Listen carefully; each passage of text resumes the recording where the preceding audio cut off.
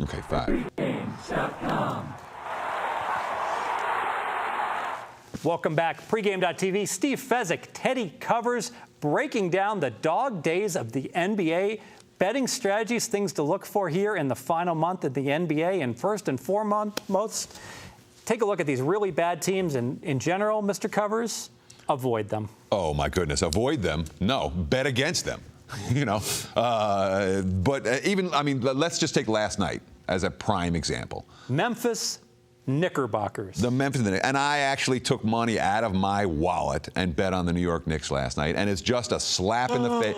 It's just sometimes you have to lose a bet again in order to just remember, hey, don't bet bottom feeders. No spread is high enough. No spot is bad enough for the other team. Because, Memphis had the ultimate bad spot. Knicks look good. They're like tied at halftime. Yeah, it's 58-56 with 6 left in the third. I'm feeling real good about my wager.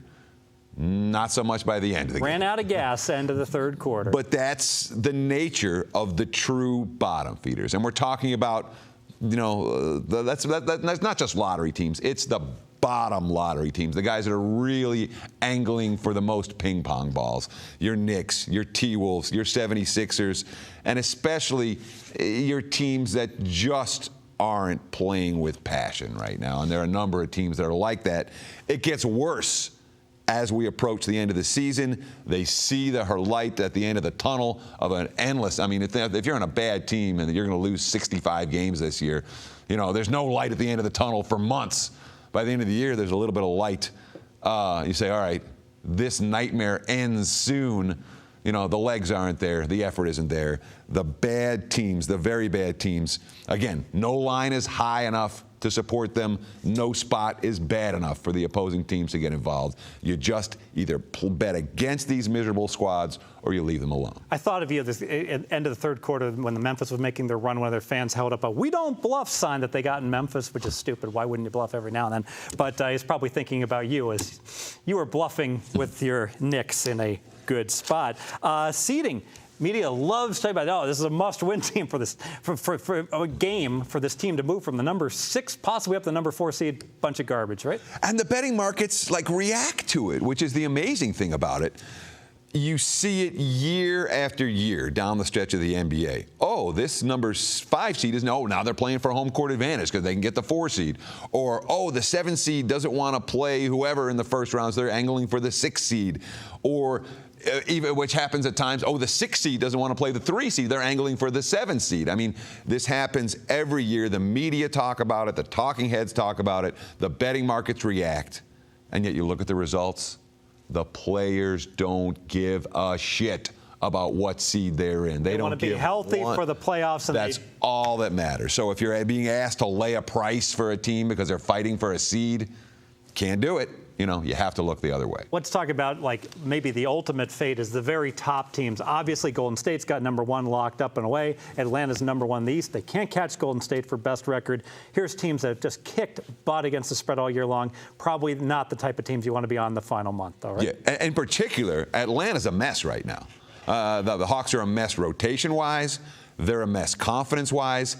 And when you look at their schedule, how about this? 21 of their last 22 games involve a court change. Yeah, I like that court. No homestand.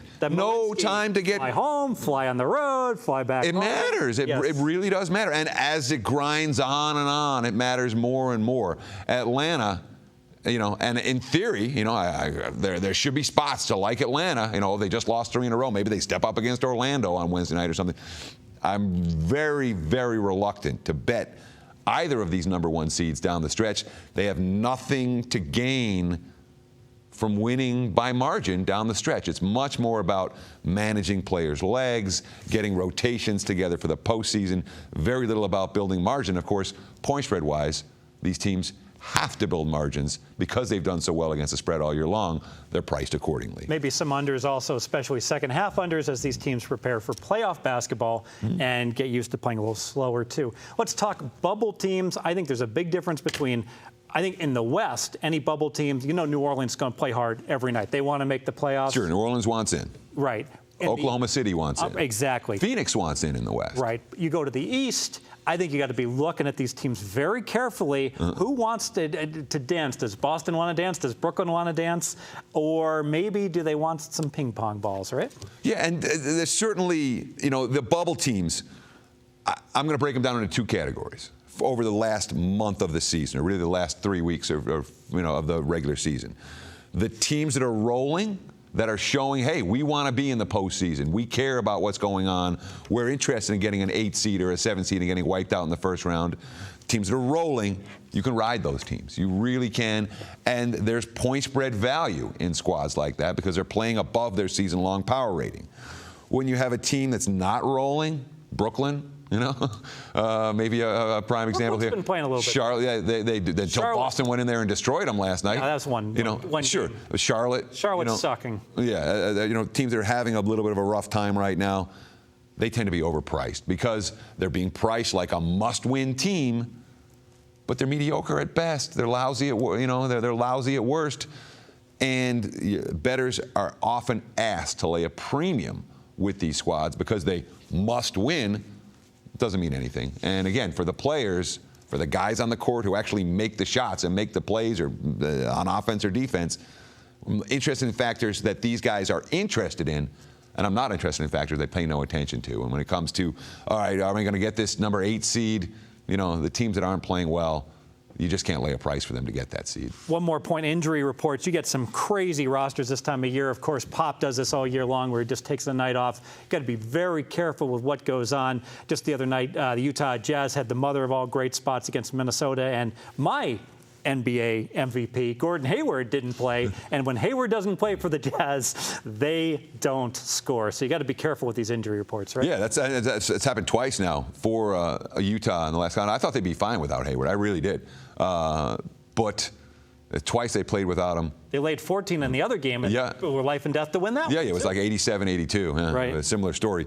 And that was against the Knicks. But, the bottom line is you're going to see over the last month of the NBA campaign, particularly the last 2 weeks, you're not going to see many overnight lines. Most of the games, the lines won't come up until game day. And most days, you're not really going to know who's going to be in the lineups until, 2, 3 o'clock in the afternoon here in Las Vegas. You have to pay attention to those injury reports. They do matter, but this is where roster knowledge comes into play. All right, a big-name guy is going to sit. If they have someone that can fill his spot, it's no big deal. If they don't, like Utah doesn't have any scorers other than Gordon Hayward, it matters. So there's a lot of nuance there, and there's going to be a ton of information. If you're on top of the information, you have a good chance to make money over the last month of the NBA season. If you're not, you're going to be fighting an uphill battle. Very good. Well, I am looking forward to the end of the NBA, and a couple weeks away, we'll be talking NBA all the time and breaking it down here on pregame.tv. For playoff time. It's just around the corner, my friend, and I love the NBA postseason. Thanks for joining us this week. We'll have more videos later on this week, and I want to wish everyone best of luck in their NBA betting here, pregame.tv. We'll have more later this week.